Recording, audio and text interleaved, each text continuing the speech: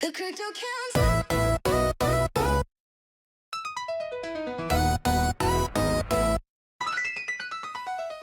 This vector chart tracks recent U.S. headline inflation, and it reveals a massive problem for the economy.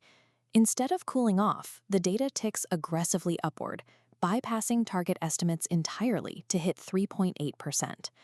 For retail crypto investors, this number shatters a widely held assumption. The prevailing expectation was that the Federal Reserve would deliver sweeping, significant interest rate cuts this year, providing cheap liquidity to fuel the market. The reality is moving in the exact opposite direction.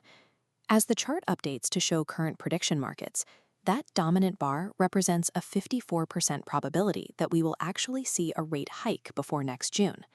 The reaction from retail traders has been sheer panic. People are staring at 5-minute charts, watching the volatility, terrified the 4-year cycle is broken. But if you step away from the retail panic and look at the behavior of institutional wealth, you see a completely different landscape. The smart money is not trading the daily macroeconomic noise. While retail traders react emotionally to inflation reports, institutional giants are executing a quiet, highly coordinated migration of their financial infrastructure onto the blockchain. The foundation for this migration is being laid in Washington, D.C. A comprehensive piece of regulatory infrastructure, known as the Clarity Act, is currently advancing through the Senate Banking Committee. There is still aggressive pushback from legacy figures like Elizabeth Warren, who has historically aligned with large banking incumbents to stifle digital assets. But her leverage has waned, and the legislative markup process is moving forward regardless. We are actually seeing a bipartisan consensus form around the technology.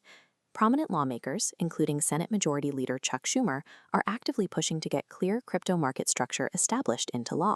At the same time, Kevin Warsh has been officially confirmed as a new governor of the Federal Reserve. Warsh brings a rare perspective to the central bank. He publicly defends Bitcoin, viewing the underlying software as an incredible engineering achievement and a strict policing mechanism for monetary policy. This political thaw is the exact trigger Wall Street needed. With clear rules and sympathetic regulators stepping into power, traditional finance finally has the green light to build. For years, JPMorgan CEO Jamie Dimon loudly dismissed digital assets as a scam and a pet rock. Today, his bank has completely capitulated to the technology. JPMorgan is launching its second tokenized money market fund, called JLTXX. This fund is designed to invest in U.S. Treasuries and satisfy reserve requirements for stablecoin issuers, and they are building it directly on the public Ethereum blockchain. Institutions spent the last decade trying to build private walled garden blockchains. They failed. The liquidity and interoperability exist on public chains, forcing the world's largest banks to cross the bridge. The infrastructure is expanding rapidly. The parent company of Kraken is partnering with asset manager Franklin Templeton to develop tokenized equities, on-chain yield products, and custody services for institutional investors. This node diagram illustrates how those assets move. The DTCC is integrating Chainlink to automate tokenized collateral across entirely different financial networks. Because this involves trillions, security is paramount. Funding is pouring into privacy networks like Canton and AI monitoring firms to harden the ecosystem.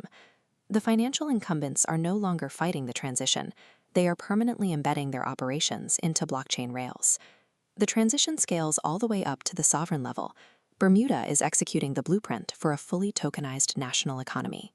The government there is actively moving its national payment infrastructure and core financial services completely on-chain, utilizing the Stellar network to run the country's daily economic activity. This reveals the true divergence in the market. Retail investors are trapped on the stormy surface, paralyzed by inflation reports and daily price action. Beneath that surface, the tectonic plates of the global economy are shifting. The foundational financial layer is already funded, built, and actively routing capital. Obsessing over macroeconomic noise blinds you to the structural reality. The institutions and sovereign nations have already moved in. The transition is permanent, and the smart money